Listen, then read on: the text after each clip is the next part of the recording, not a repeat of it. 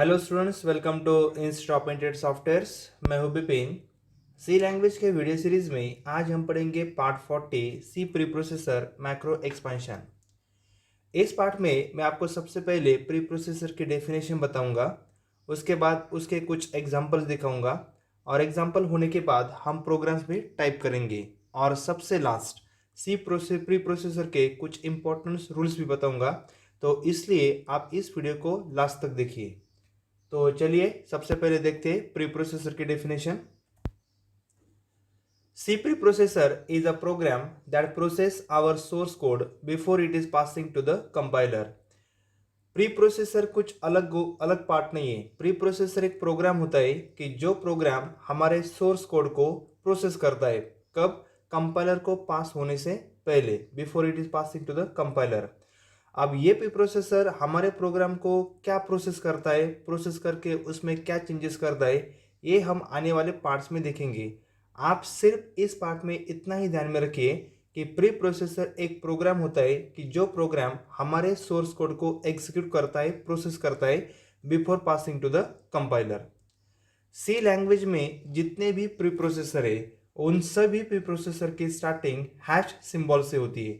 इसलिए मैंने यहाँ पर सेकंड पॉइंट लिखा है, C preprocessor directives begins with a hash symbol.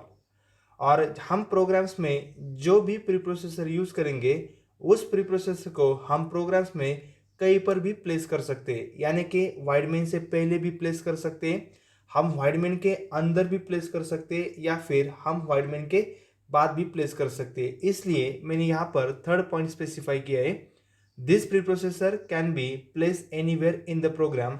आप प्रोग्राम में प्री प्रोसेसर को किसी भी जगह पे यूज कर सकते हैं, उसके लिए कोई भी रिस्ट्रिक्शंस नहीं है। तो मैं आपको अब प्री प्रोसेसर के कुछ एग्जांपल्स दिखाता हूं, जैसे कि define, include, if, else, else if, and if, pragma. ये सभी प्री प्रोसेसर के एग्जांपल्स है कि जिनकी स्टार्टिंग हैश सिंबल से हुई है। आप सी लैंग्वेज में जिस भी वर्ड्स को देखेंगे और जिस भी वर्ड की स्टार्टिंग हैश सिंबल से होगी उसे हम by default he pre processor कहेंगे। अब मैंने आपको समझने के लिए यहाँ पर सिर्फ 7 एग्जाम्पल दिए, लेकिन इसके बावजूद भी और कुछ एग्जाम्पल्स है कि जिसे हम आने वाले लेक्चर्स में देखने वाले हैं। अब इसके बाद हम मैक्रो एक्सपेंशंस को देखेंगे। तो ये हमारा पहला पार्ट है, मैक्रो एक्सपेंशन। तो मैक्रो की डेफिनेशन क्या है? Macro is a small program और ग्रुप ऑफ स्टेटमेंट्स।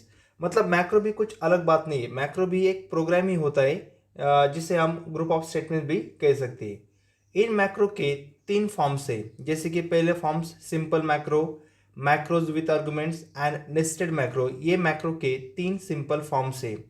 अब इस पार्ट में हम सिर्फ सिंपल मैक्रो को ही कवर करने वाले। अगले पार्ट में यानी कि पार्ट 41 में हम मैक्रोज विद आर्गुमेंट्स को कवर करेंगे और पार्ट 42 में हम नेस्टेड मैक्रो को कवर करेंगे। तो इसलिए ये पार्ट खत्म होने के बाद आप बाकी के 2 पार्ट्स को भी देख लीजिए ताकि आपकी मैक्रो एक्सपेंशन की कंसेप्ट पूरी तरह से क्लियर हो जाए। तो चलिए मैं आपको सिंपल मैक्रो का सिंटेक्स दिखाता हूँ और उसके बाद हम उसके ऊपर एक एग्जाम्पल्स भी करेंगे। तो जैसे कि मैंने आपको मैक्रो की डेफिनेशन बताई थी, मैक्रो क्या होता है? मैक्रो एक स्मॉल प्रोग्राम होता है कि जिसे हम ग्रुप ऑफ स्टेटमेंट भी कह सकते हैं। अब आपको प्रोग्राम्स में सिंपल मैक्रो अगर यूज करना है तो इसके लिए आपको यूज करना होगा हैश डिफाइन। ये स्टार्टिंग का पार्ट कंपलसरी होता है, आपको हैश डिफाइन से ही सिंपल मैक्रो की स्टार्टिंग करनी होती है। उसके बाद हम नेम यूज करेंगे और नेम के बाद हम वैल्यू यूज करेंगे। तो आप ये नेम कुछ भी दे सकते हैं, वैल्यू भी कुछ भी दे सकते हैं। जैसे कि मैंने यहाँ पर एग्जांपल दिया है हैश डिफाइन, उसके बाद नेम की जगह पे मैंने यूज किया है पाई। नेम यानी कि आप इसको सिंपल टर्म्स में वेरिएबल्स भी कह सकते हैं, वेरिएबल का नाम और उसके आगे वेरिएबल की वैल्यू। लेकिन यहाँ पर हम डेटा टाइप स्पेसिफाई नहीं करते, इंटीजर, फ्लोट, कैरेक्टर, ऐसा कुछ डेटा टाइप स्पेसिफाई नहीं करते। हम सिर्फ उसके पहले हैश डिफाइन कीवर्ड स्पेसिफाई करते हैं। तो एग्जांपल्स में हैश डिफाइन पाई 3.14, यानी कि यहाँ पर ये जो पाई वो हुआ वेरिएबल का नाम और उसकी वैल्यू हुई 3.14। आप वेरिएबल को कुछ भी नाम दे सकते हैं, वैल्यू कुछ भी दे सकते हैं, आपको सिर्फ रिस्ट्रिक्शंस इतना है कि आपको स्टार्टिंग किससे करनी है? हैश डिफाइन से। अब इस स्टेटमेंट का मीनिंग क्या होगा? जैसे ही आप हैश डिफाइन पाई 3.14 प्रोग्राम्स में यूज करेंगे तो उस प्रोग्राम्स में आप जहां पर भी पाई नाम का वेरिएबल्स यूज करेंगे तो उस जगह पे कंपाइलर पाई की जगह पे 3.14 वैल्यू एज्यूम करेगा। मतलब कैलकुलेशंस के टाइम जब भी आप कैलकुलेशंस में पाई का यूज करेंगे तो कंपाइलर उसको रिप्लेस करके वहां पर 3.14 वैल्यू को यूज करेगा। तो मैं अब आपको इसका एक एग्जांपल करके दिखाता हूँ। एग्जांपल होने के बाद आपको ये मैक्रो पूरी तरह से समझ में आ जाएगा। तो चलिए मैं टर्बो सी को ओपन कर देता हूँ। मैंने टर्बो सी को ओपन किया है। तो सबसे पहले हम यहाँ पर हीडर फाइल ऐड करेंगे #include। हमारी फर्स्ट फाइल है stdio.h और उसके बाद हमारी सेकंड फाइल है #include conio.h। अब मुझे यहाँ पर एक मैक्रो डिफाइन करना है तो मैं हीडर फाइल होने के बाद ही यहाँ पर मैक्रो डिफाइन करता हूँ। ये जो मैंने यहाँ पर इंक्लूड लिखा ना, तो इंक्लूड की स्टार्टिंग में भी हमने हैश सिंबल दिया। और जैसे कि मैंने आपको सेकंड पॉइंट में बताया था कि जितने भी प्रीप्रोसेसर डायरेक्टिव्स है उन सभी प्रीप्रोसेसर डायरेक्टिव्स की स्टार्टिंग हैश सिंबल से होती है, यानी कि इंक्लूड भी एक प्रीप्रोसेसर डायरेक्टिव्स हुआ। और अब मुझे थर्ड लाइन पे यहाँ पर एक मैक्रो प्रीप्रोसेसर डायरेक्टिव्स यूज करनी है। तो हम स्टार्टिंग कहाँ से करें, कैसे करेंगे, हैश उसके बाद डिफाइन, हैश डिफाइन यानी ये हुआ सिंपल मैक्रो का सिंटैक्स। और अब यहाँ पर मुझे वेरिएबल यूज करना है तो मैं यूज करूंगा पाई और उसे मैं वैल्यू असाइन करता हूँ 3.14। ठीक है, तो मेरा यहाँ पर सिंपल मैक्रो डिक्लेरेशन कंप्लीट हुआ। अब बाद में वाइड मेन के स्टार्टिंग में स्क्रीन को क्लियर करने के लिए मैं यहाँ पर ऐड कर देता हूँ CLR SCR और आउटपुट की स्क्रीन को होल्ड करने के लिए मैं यहाँ पर यूज करता हूँ get ch। अब मैं यहाँ पर एक वेरिएबल डिक्लेयर कर देता हूँ और उसके बाद हम पाई वेरिएबल का भी यूज़ करेंगे कैलकुलेशंस में। तो मुझे सिंपल क्या करना है, यहाँ पर सर्कल का एरिया फाइंड करना है। तो सर्कल का एरिया फाइंड करने के लिए उसका फॉर्मूला क्या है, पाई आर स्क्वायर। तो मैं यहाँ पर रेडियस को डिक्लेयर कर देता हूँ इंट r इक्वल्स टू, मान लीजिए मैं यहाँ पर 1 डिक्लेयर कर देता हूँ, कैलकुलेशंस के लिए इजी हो जाएगा। और एक वेरिएबल फ्लोट एरिया वेरिएबल क्यों लिया मैंने, हमारे आउटपुट को स्टोर करने के लिए। और अब मैं यहाँ पर एक सिंपल कैलकुलेशन कर देता हूँ। तो कैलकुलेशंस को स्टोर करेंगे एरिया नाम के वेरिएबल्स में इक्वल्स टू, सर्कल का एरिया का फॉर्मूला है पाई आर स्क्वायर। तो पाई के लिए मैं यहाँ पर यूज करता हूँ पाई वेरिएबल मल्टीप्लाई आर। तो अब आप यहाँ पर देखिए मैंने यहाँ पर मैक्रो यूज किया पाई। तो कंपाइलर क्या करेगा, जैसे ही यहाँ पर पाई वेरिएबल हिट होगा तो यहाँ पर कंपाइलर इस वेरिएबल को रिप्लेस करके उसकी जगह पे वैल्यू यूज करेगा 3.14 और आर की वैल्यू कितनी हमारे पास 1। तो यहाँ पर कैलकुलेशंस कैसे होगा, 3.14 इंटू 1, इसका जो भी कैलकुलेशंस आएगा, जो भी आउटपुट आएगा वो रिजल्ट स्टोर होगा एरिया नाम के वेरिएबल्स में। तो मैं उसको प्रिंट कर देता हूँ, प्रिंट एफ डबल कोट में एक message area of circle, area का फॉर्म एरिया वेरिएबल फ्लोट में, इसलिए यहाँ पर डिक्लेयर कर देता हूँ %f और कॉमा करके हमें प्रिंट करना एरिया नाम के वेरिएबल को। तो जैसे कि हमने कैलकुलेशंस में 3.14 टू 1 लिखा तो इसका आंसर 3.14 ही आ जाएगा। तो मैं आपको इसको एग्जीक्यूट करके दिखाता हूँ, कंट्रोल F9। तो हमें आउटपुट में प्रिंट हो जाएगा 3.14, यानी कि कंपाइलर ने पाई वेरिएबल को रिप्लेस करके वहां पर कितनी वैल्यू ऐड कर दी, 3.14। मैं आपको और एक एग्जांपल करके दिखाता हूँ। इस कोड को मैं हटा देता हूँ, हमें इसकी ज़रूरत नहीं है। इन वेरिएबल को भी मैं चेंज कर देता हूँ, ठीक है। और अब मैं क्या करता हूँ, यहाँ पर पाई की जगह पे वेरिएबल का नाम यूज़ करता हूँ अपर। आप कुछ भी यूज़ कीजिए, कुछ भी यूज़ कर सकते हैं आप। और यहाँ पर अपर की वैल्यू स्पेसिफाई कर देता हूँ 5। अब मैंने पहले जो वेरिएबल यूज़ किया था पाई और सेकंड जो यूज़ किया अपर, मैंने दोनों वेरिएबल को अपर केस में लिखा, कैपिटल केस में। ऐसा तो कुछ कंपल्शन नहीं होता है कि आपने कैपिटल में ही लिखना चाहिए, आप किसी भी केस में लिख सकते हैं। लेकिन सी लैंग्वेज का एक इंटेंशन है कि जब भी आप मैक्रो डिफाइन करेंगे तो वेरिएबल का नाम अपर होना चाहिए। कंपल्सरी नहीं है लेकिन होना चाहिए इंटेंशन के लिए, ठीक है। अब यहाँ पर मैंने अपर की वैल्यू 5 लिखी, इसका मतलब अब मैं इस प्रोग्राम में जहाँ पर भी अपर नाम का वेरिएबल यूज़ करूँगा तो कंपाइलर उस वेरिएबल को रिप्लेस कर देगा 5 वैल्यू से।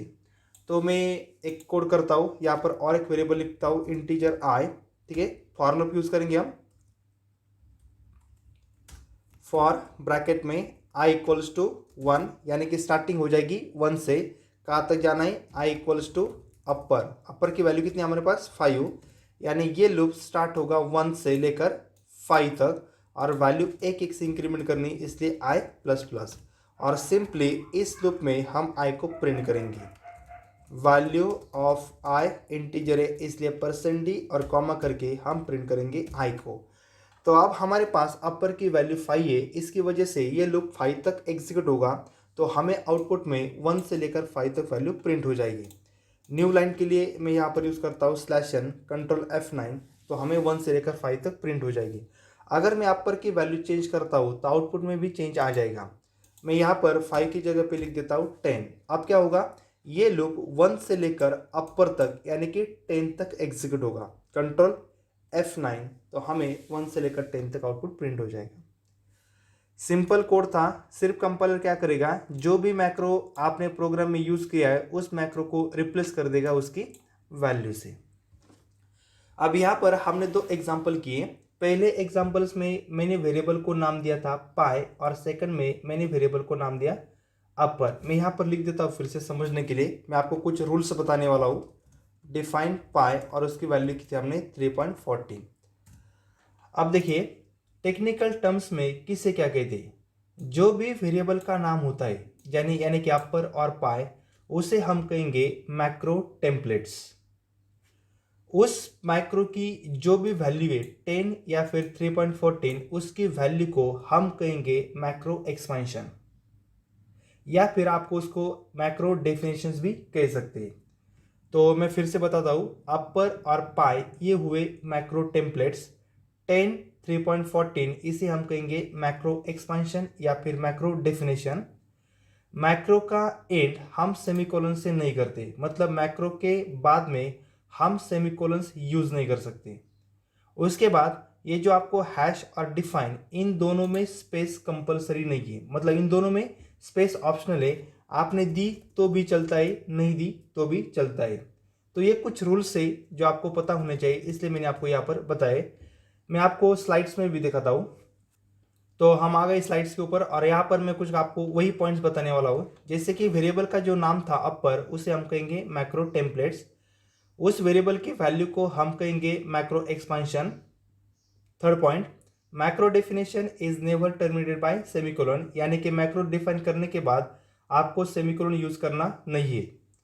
A space between hash and define is optional, यानी कि हैश एंड डिफाइन में आपने स्पेस दी तो भी चलेगा, नहीं दी तो भी चलेगा। और लास्ट रूल है, macro templates and macro definition expansion is separated by a space, यानी कि जो भी आप वेरिएबल और वेरिएबल की वैल्यू को यूज करेंगे तो दोनों में स्पेस देना कंपलसरी है। वेरिएबल की वैल्यू यानी मैक्रो की वेरिएबल और उसकी वैल्यू, इन दोनों में आपको स्पेस देना कंपलसरी है, इसलिए मैंने यहां पर लिखा है सेपरेटेड बाय स्पेस। तो इस पार्ट में इतना ही था। इस पार्ट में हमने सिंपल मैक्रो को कवर किया और इसके नेक्स्ट पार्ट में हम मैक्रोज विद आर्गुमेंट्स को कवर करेंगे। तो अगर आपको ये पार्ट पसंद आया हो तो इस पार्ट को लाइक और मेरे चैनल को सब्सक्राइब करना मत भूलिए, और साथ ही इस वीडियो को शेयर भी कीजिए ताकि आपके दोस्तों को भी इसका फायदा मिल सके। Thank you.